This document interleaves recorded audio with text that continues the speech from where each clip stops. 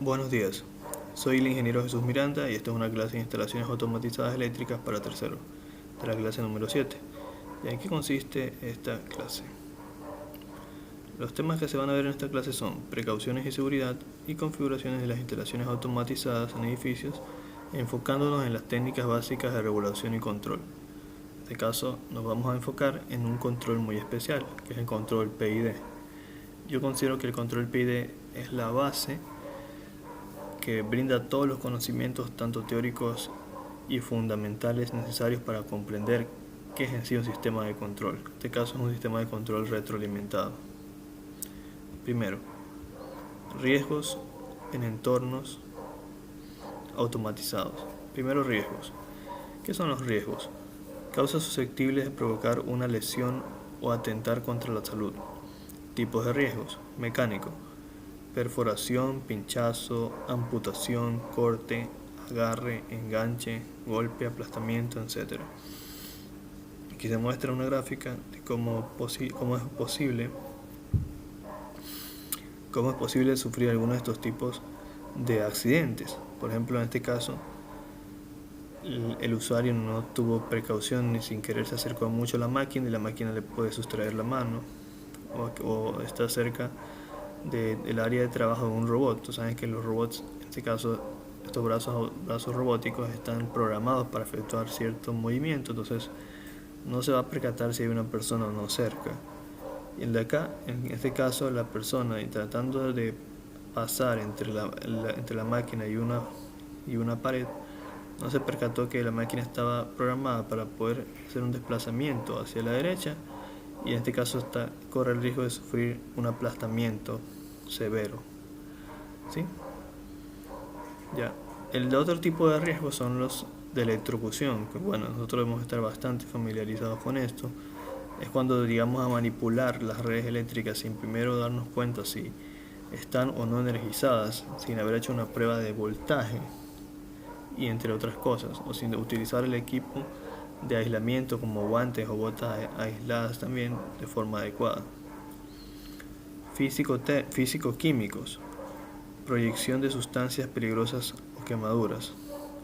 Aquí se observa como un usuario se acerca a unas tuberías, y como estas tuberías también pueden estar manejando gases a altas temperaturas, pueden tener pequeñas fugas, como en este caso se observa que liberó una cantidad precipitada de gas que de forma de vapor, y eso puede llegar a lesionar a la persona, irritarle la piel, entre otras cosas. También, si nosotros tocamos un tubo que probablemente esté conectado con una caldera transmitiendo un fluido a altas temperaturas, podemos sufrir una quemadura. Zona peligrosa: cualquier volumen dentro y o alrededor de una máquina en el que una persona esté expuesta a un riesgo de lesión. Esa es una zona peligrosa. Se puede acceder a la zona peligrosa para efectuar ajustes, modificar el proceso de fabricación, programación, aprendizaje, formación, limpieza, mantenimiento, verificar el funcionamiento normal, entre otras cosas. Distancia de seguridad. La distancia de seguridad se trata de la distancia mínima a la que debe colocarse un dispositivo de protección con respecto a la zona peligrosa para que ésta no pueda alcanzarse. Ya. Vamos ahora con las precauciones de seguridad. La automatización conlleva a que el usuario o técnico no tenga mucho acercamiento a ciertos procesos.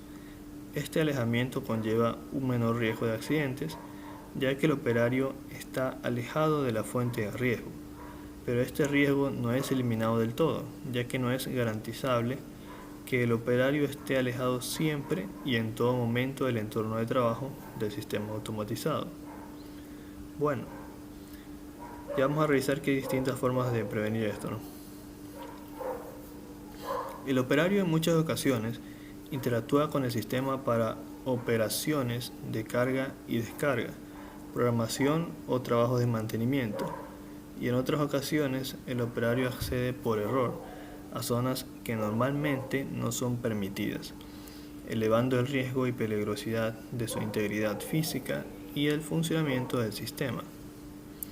Pero ahora vamos a ver cuáles son los tipos de estos errores. Pueden provenir de causas principales. ¿Cuáles son las causas, no? Falta de conocimiento del manejo y área de trabajo del proceso, o demasiada familiaridad con el proceso, exceso de confianza. Las dos cosas son malas, ¿no? Que tengamos falencias en el conocimiento de cómo trabaja el sistema, cuáles son los protocolos que se deben seguir, los procedimientos correctos para evitar un accidente, y entre otras cosas.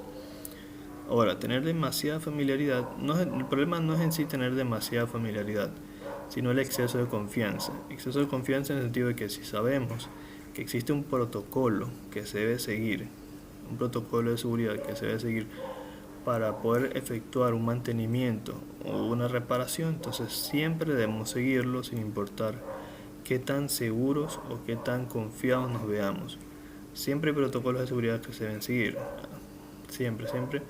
Por ejemplo, un protocolo de seguridad que siempre deben seguir nosotros como técnicos eléctricos es: si vamos a manipular una red eléctrica y no es necesario que esté energizada, primero bajemos los breakers y tomemos medidas de voltaje en el área que vamos a trabajar para ver que realmente no haya voltaje y que tampoco haya voltajes residuales, o que no se hayan descargado por completo ciertos componentes, ¿sí?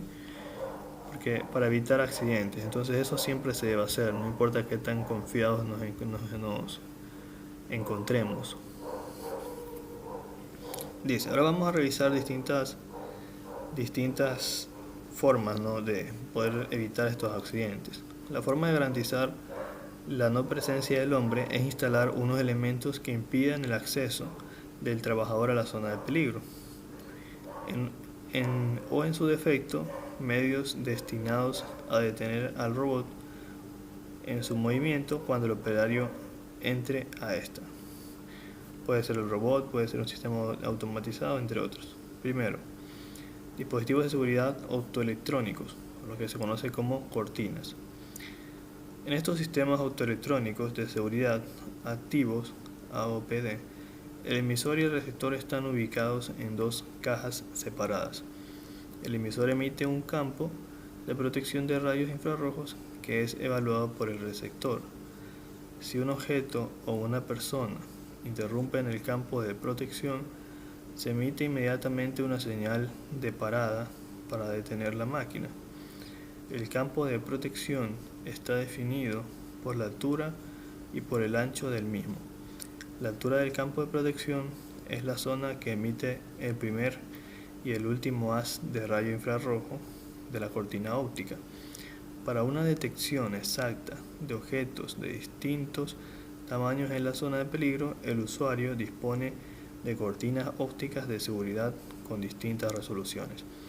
La capacidad de detención del AOPD es más exacta a menor distancia entre dos haces de luz. Ya, la cortina no es nada más que esto. Aquí se visualiza, ¿no? Pero por lo general estas líneas infrarrojas puede que también sean no visibles, porque son haces de luz infrarroja, no se puede ver por la vista humana. Pero el propósito es que mientras estas líneas de luz infrarroja no se encuentren interrumpidas, la máquina esté trabajando normalmente. Pero si una persona pasa o rompe esta barrera, se sensa que una persona ha ingresado dentro de la zona de peligro y se procede a parar todo el proceso para resguardar la seguridad del operario.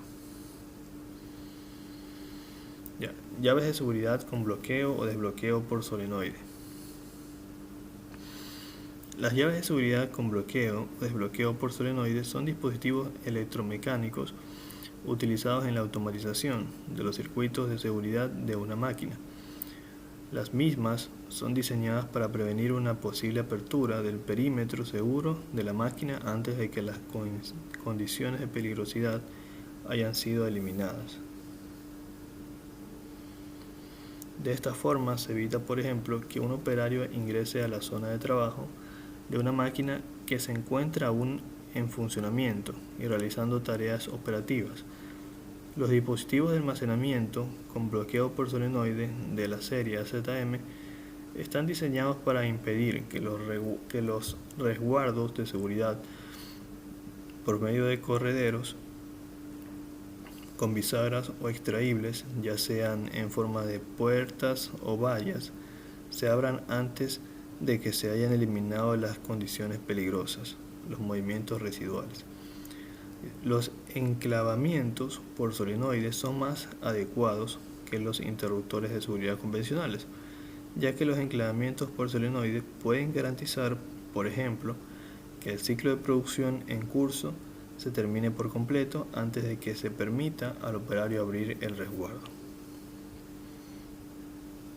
Alfombras de seguridad.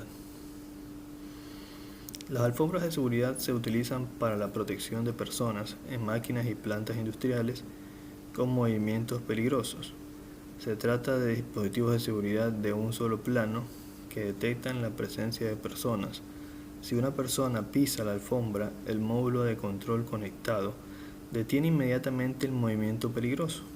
Las alfombras de seguridad se caracterizan por la gran robustez de su diseño y una elevada resistencia a ácidos, soluciones cáusticas, aceites y gasolina. Aquí tenemos una gráfica de una alfombra de seguridad. Bueno, como ya se ha expresado antes, la función de esta alfombra es que si alguien la llegase a pisar, es capaz de mandar una señal que va a desactivar el proceso de automatización para que las personas que ingresen dentro del área peligrosa no se vayan a ver comprometidas en su bienestar. Señalización adecuada. La célula estará dotada de una adecuada señalización. Por ese caso, célula nos referimos a un pequeño sistema de automatización, ¿sí? No es otra cosa. Estará dotada de una adecuada señalización del estado de la maquinaria o línea robotizada, mediante señales luminosas y acústicas. Así será aconsejable que antes de comenzar el ciclo de trabajo, tras una parada se avise mediante una sirena e indicaciones luminosas. Del mismo modo, señales luminosas llamarán la atención sobre el hecho de que el sistema está funcionando y su riesgo potencial de accidente. Aquí tenemos una baliza o una torre de señalización que tiene los colores blanco, azul, naranja, amarillo y verde. Por reglamentación o de una forma intuitiva, el color rojo significa peligro o emergencia, el color ámbar, que es el amarillo, significa atención, se está produciendo una situación anormal, y el color verde significa estado correcto. En el caso de un motor, el color verde sería que está el motor arrancando normalmente, el rojo significa que el motor está parado por algún motivo y el amarillo que probablemente el motor se esté sobrecalentando o algo así. Los otros dos colores, eso ya queda a criterio de la persona que programe. Listo.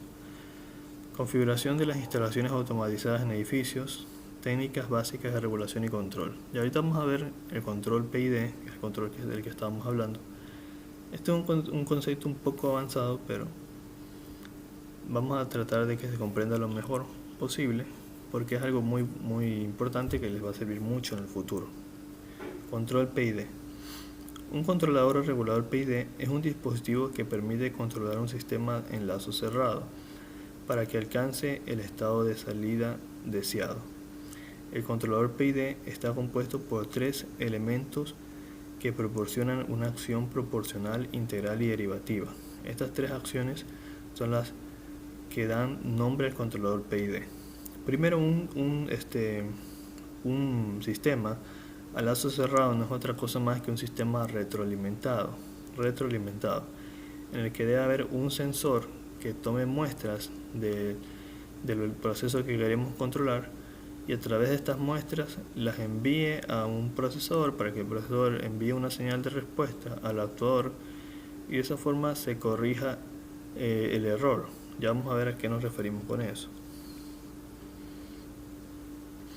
Aquí tenemos un esquema del control PID.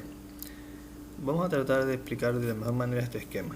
El esquema va a tener una señal de referencia que va a venir por esta flechita y una señal retroalimentada que viene de un sensor. El sensor va a tomar muestras del proceso.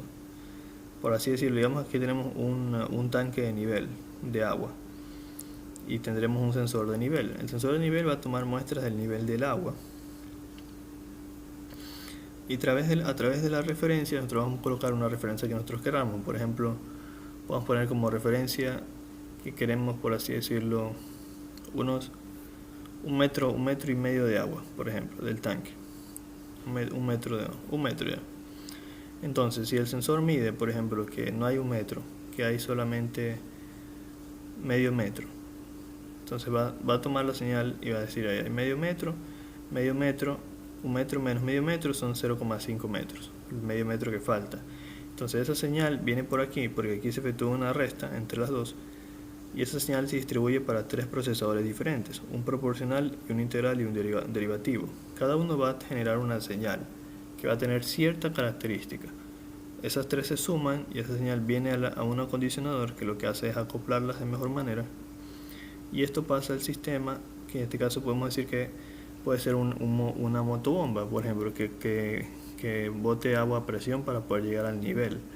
Entonces, en función, como se hizo una resta, ¿no?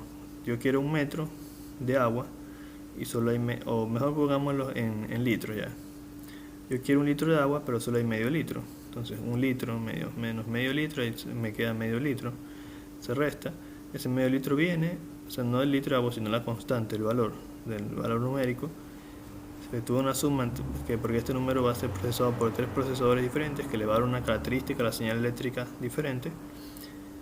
Y esa señal de voltaje va a controlar un motor que puede ser una motobomba que va a impulsar el agua para que se llene el tanque, y el tanque se procederá a llenar hasta el metro que nosotros queremos. Cuando ya el tanque esté lleno al metro, entonces el sensor va a tomar un metro, que es lo que ya estaría lleno, y la referencia un metro menos un metro, 0. Entonces, como ya se envía una señal de 0 en el error, para cada procesador llegará una señal de 0 al motor, y el motor se va a apagar, la motobomba. Entonces, así es como funciona, un sistema retroalimentado a lazo cerrado. Pero vamos a leer qué características tiene cada una de esas procesadores. Dice, la señal RDT se denomina referencia e indica el estado que se desea conseguir en la salida del sistema, YT. En un sistema de control de temperatura, la referencia RDT será la temperatura deseada y la salida YT será la temperatura real del sistema controlado. Como puede verse en el esquema anterior, la entrada al controlador PID es la señal de error EDT. Esta señal indica al controlador la diferencia que existe entre el estado que se quiere conseguir o referencia RDT y el estado real del sistema medido por el sensor o señal HDT. Si la señal de error es grande, significa que el estado del sistema se encuentra lejos del estado de referencia deseado. Si por el contrario el error es pequeño, significa que el sistema ha alcanzado el estado deseado. Ya, ahora vamos a ver qué pasa con lo siguiente. Más adelante yo les voy a mostrar un esquema de un control PID, para que ustedes puedan comprender qué son estas constantes que voy a nombrar ahorita. Pero por el momento analicemos. El control PID va a tener tres constantes, la constante Kp, Kd y Ki. Si aumentamos la constante Kp, el sistema se volverá más rápido, pero también más inestable. Ya vamos a ver. Al aumentar la constante Kd, aumenta la estabilidad del sistema controlado, disminuye un poco la velocidad del sistema. Al aumentar la constante integral Ki, disminuye el error del sistema, aumenta la inestabilidad del sistema y aumenta un poco la velocidad del sistema. Ya, vamos ahorita a revisar algo muy importante. En el mundo de la tecnología y también la ingeniería, es muy importante saber interpretar gráficas. Muy importante. Siempre en los datasheets, en los manuales, en las hojas de datos de componentes, también van a encontrar gráficas que nos van a poder ayudar a entender cómo se comporta, cuál es la naturaleza de nuestro componente, de nuestro sistema. Entonces, este caso no es la excepción. Vamos a tratar de entender. Sí, si ustedes han visto funciones en matemáticas, probablemente lo comprendan de mejor manera. Yo voy a tener aquí dos gráficas. La roja dice que es la referencia y la azul es la posición.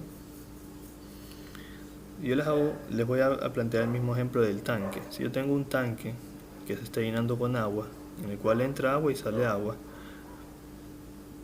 pero yo quiero que este tanque, al que entra agua y sale agua a un flujo constante, yo quiero que a este tanque poder tenerlo a una referencia siempre.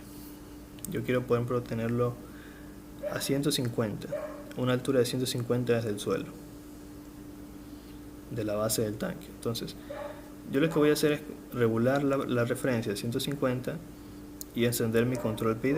Y voy a ver que mi control PID va a encender la bomba, la motobomba de agua, y poco a poco el sensor va a ir midiendo que se está llegando a la referencia. Poco a poco, viene de 25, el tanque se llena, 50, se sigue llenando, 75 centímetros, se sigue llenando, 100, se sigue llenando, ¡pap! Se ha llenado hasta una altura de 125. ¿Qué pasó aquí? No llegó a la referencia, los 150, pero está cerca, 125. A ese valor se apagó el motor. Ya, esa es una cuestión. Si nosotros solo tenemos un control proporcional, porque en este caso solo tenemos la constante Kp, nosotros vamos a llegar a un valor cercano a la referencia, pero no llegamos. Esa es la diferencia entre un controlador solo proporcional y el controlador PID, que es el que estamos analizando. ¿Sí? Ahora, si yo subo la constante Kp, la subo mucho, bastante, me voy a acercar un poquito más a la referencia, pero mi sistema se va a volver muy inestable. ¿Cómo podemos entender esta inestabilidad? Hagamos el siguiente ejemplo. Digamos que mi sensor es un sensor de temperatura y que mi carga final es un foco, y que lo que yo quiero es regular la temperatura para calentar, no sé, unos pollitos recién nacidos. Por ejemplo, les pongo un foco de 110 voltios incandescente y voy a regular la temperatura del ambiente al incrementar o disminuir el voltaje del foco, porque mientras más luminoso sea el foco, más calentará, y menos luminoso, menos calentará, ¿no? Sería como una resistencia térmica. Bueno, entonces, ¿qué pasa? Digamos que yo quiero que la temperatura esté, bueno, a 150 grados, obviamente no, está muy elevado para los pollitos, pero hagamos de cuenta que es eso, porque eso ya nos presenta la gráfica. Si yo incremento la constante Kp, ya van a ver qué es esa constante Kp, en un ejemplo. Si yo le incremento mucho, va a volverse inestable mi sistema. Eso, aterrizándolo a un circuito, sería como que el foco incrementa y decrementa, incrementa y decrementa, incrementa y decrementa, oscilando, como que está variando mucho su intensidad de luz, y eso tampoco es lo que uno quiere, ¿verdad? No es lo que se desea. En cambio, si nosotros ahora nuestro sistema, nosotros no solo lo hacemos proporcional, sino que le aumentamos el procesador derivativo, el KD, la constante derivativa. Vemos que si la constante derivativa es 0, no pasa nada, es lo mismo que hace un rato. Pero si la incremento, la voy incrementando, vemos que la oscilación se va, ya no va a estar oscilando, sino que nuestro comportamiento de la carga va a ser más estable.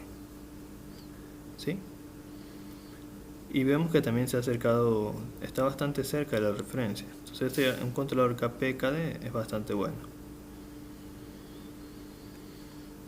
Ahora, si ahora a nuestro controlador le incrementamos Ki, que vendría a ser la constante integral, el procesador integral de nuestro control PID, ¿qué es lo que va a pasar? Lo que va a pasar es lo siguiente. Si nosotros incrementamos Ki, podemos observar que a medida que incrementamos Ki, nos acercamos cada vez más a la referencia. Pongan atención en la gráfica de color azul. Está cerca de la roja. Acá está más cerca, acá está mucho más cerca y acá está mucho más cerca de la roja, está sobre la roja. Significa que a medida que incrementamos la constante Ki, vamos a incrementar la precisión, es decir, nos vamos a acercar más a la referencia. En el caso de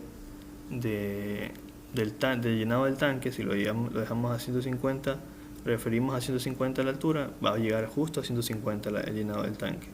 En el caso del foco, si queremos que caliente a unos 150 grados centígrados, va a llegar justo a esta temperatura, va a ser más exacto. Pero se observa que también incrementa un poco las oscilaciones al comienzo. Luego nos dice, la señal verde por si acaso es una amplificación de la oscilación de la señal azul para que se pueda apreciar más. No es nada más que eso, así que no se preocupen. Entonces, la combinación de las tres constantes, la Kp, la Ki y la Ke, nos va a dar como resultado un sistema que va a tener un control mucho más preciso y apropiado. Ya, entonces, ya como no lo han de imaginar ahora, pero bueno, antes de continuar voy a mostrar lo siguiente. Esto que está aquí lo voy a hacer más pequeño, no más grande. Esto que se encuentra aquí no es nada más que un circuito de un control PID. Es un circuito de un control PID. Está realizado a base de OP-Amps. Este es un OP-Amp, este es otro OP-Amp. Por si acaso, un OP-Amp es un integrado, una compuerta que tiene la función de trabajar como amplificador y amplificador operacional, y es lineal, ¿sí? También puede trabajar como un derivador, como un integrador, como un sumador, como un restador, y entre otras cosas. Entonces, por eso se lo utiliza para poder diseñar controles PID como el que se muestra aquí. El control PID hace esto. Aquí tengo una señal de potenciómetro de referencia, acá tengo otra señal de potenciómetro de otra referencia. Hagamos de cuenta que este de aquí es un sensor y esta es la referencia, porque el sensor lo que hace es entregar voltaje. Yo podría poner aquí, en vez del potenciómetro, un LM35, sensor de temperatura, o algún otro tipo de sensor, ¿no? Pero para efectos de la explicación, un potenciómetro está bien. La señal de aquí, que en este caso es una señal negativa porque tengo menos VCC, acá una señal positiva más VCC, al enfrentarse con esta resistencia y con la de acá se van a restar. Voltaje positivo con negativo se resta. Aquí tengo mi fuente, miren, con dos fuentes normales monofásicas de voltaje positivo y negativo. Al yo conectarlas de esta forma y darle esta disposición, más VCC, menos VCC y tierra, yo tengo una fuente dual que me va a entregar voltaje positivo, negativo y una tierra. Con esta fuente yo he hecho he alimentado estos circuitos que se llaman OP-Amps y he colocado los terminales aterrizados de tierra. Aquí lo que yo hago es restar. Se resta la señal de esta referencia con la señal de acá, que puede ser un sensor, y ese error pasa por este OP-Amp porque este está trabajando como seguidor y se distribuye para los tres procesadores que yo les dije, ¿no? Este va a ser el KP, este va a ser el K, y si no me equivoco, el KI, ¿sí? Y este va a ser el KD. Este va a ser el KD, el derivativo. Estas son configuraciones de los OP-Amps. Cuando usted tiene esta configuración, es un OP-Amp integrador, y con esta configuración es un OP-Amp derivador, ¿sí? Ya. A ver, cuando cada uno de ellos procesa la señal del error que se obtuvo de la resta de la señal del sensor con la señal de referencia, y la procesa y la entrega a este punto donde todo se suma con este pequeño pan que está trabajando como sumador, y pasa al actuador, que en este caso será un motor. Ya, vamos a ver cómo funciona. Le doy clic en simular para que corra y se observa cómo el motor empieza a girar, ¿sí? Si ven cómo la velocidad incrementó. Ya, si yo le empiezo a mover, le voy a mover aquí el potenciómetro, lo estoy moviendo, debería haberse afectado un poco la velocidad del motor. Vamos a hacer un poco más grande esto, y aquí se ve cómo se está sensando en tiempo real el voltaje que se está entregando a través de este nodo, que vendría a ser la parte de la suma de los componentes. Este potenciómetro aquí me va a ayudar a regular la constante proporcional del Kp. Miren cómo al moverlo, la velocidad del motor va a reducirse. Si ven, ahí se va reduciendo, va en 300, ya bajó a 200 y sigue bajando. Si ven cómo baja la velocidad del motor, ya va más despacio y va más despacio. Ahora la voy a incrementar.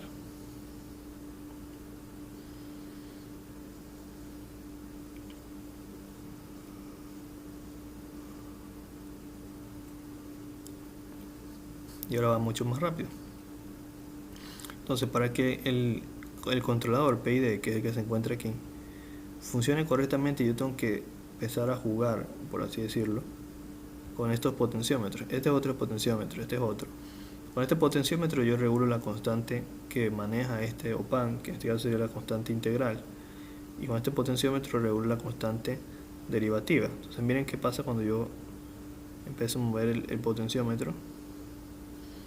También se va a tener una respuesta más lenta el motor. Si ven que empezó a disminuir la velocidad. Y de eso se trata.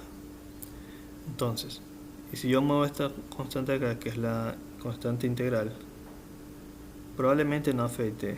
Bueno, se observa que tiene un comportamiento más lento el motor. Quiero hacer una puntualización también. No en todas las plantas va a funcionar de igual manera un PID. Tenemos una planta, en este caso, de control de la velocidad de un motor. Se debe sintonizar de una forma, o sea, se deben ajustar estos potenciómetros de una forma. Pero si tuviéramos una planta, por ejemplo, del control de la iluminación de un foco, o una planta del control de temperatura de una resistencia térmica, o quién sabe de qué más, dependiendo de la planta se debe sintonizar las constantes Kp, Ki y Kd. No hay una ciencia para poder sintonizar. Hay ciertos procedimientos que se recomiendan, pero realmente para poder sintonizar correctamente nuestro control PID se requiere práctica para poder estudiar cómo se comporta cada una de las constantes para saber cómo moverlas correctamente. Pero por el momento eso. Se puede evidenciar, por ejemplo, que al momento que yo voy moviendo este potenciómetro, bueno, el de acá, como ciertos valores de voltaje en cada etapa del control PID van variando.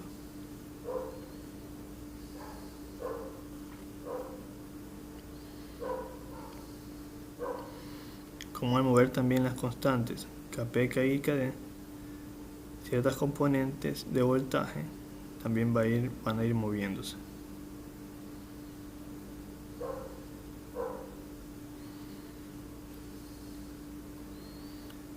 Y todo esto afecta, por ejemplo, ahí ya se ve como al mover este potenciómetro de referencia se ha movido el voltaje que le cae al motor y de consecuencia su velocidad está variando. Y en este caso la velocidad del motor disminuyó considerablemente. Lo voy a bajar y se observa que en este caso, bueno, también se ve afectada la velocidad del motor, pero en este caso incrementó un poquito, ha incrementado un poco la velocidad. Bueno, entonces el comportamiento, como dije, depende de la planta, depende de cómo estén calibradas estas constantes Kp y Ki. Y yo recomiendo que se hagan estas pruebas en un protoboard, en físico, pero por el momento está bien que lo hagamos en un entorno de simulación como el que se muestra aquí. Este circuito yo sí lo he hecho en físico, funciona muy bien. He usado el LM324, que es un integrado que tiene 4 amplificadores operacionales o PAMs. Eso es lo que he empleado y lo recomiendo bastante. Miren, ya la velocidad del motor bajó a 109 revoluciones por minuto. Vamos a subirla.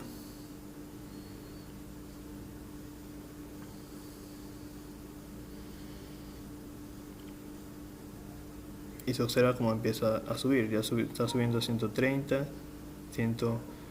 121. Sí, subió un poco. También, como dije, depende de muchas cosas. Puede que el sistema tenga un ligero retardo por todas las constantes y entre otras cosas. Pero por el momento está muy bien para que se familiaricen.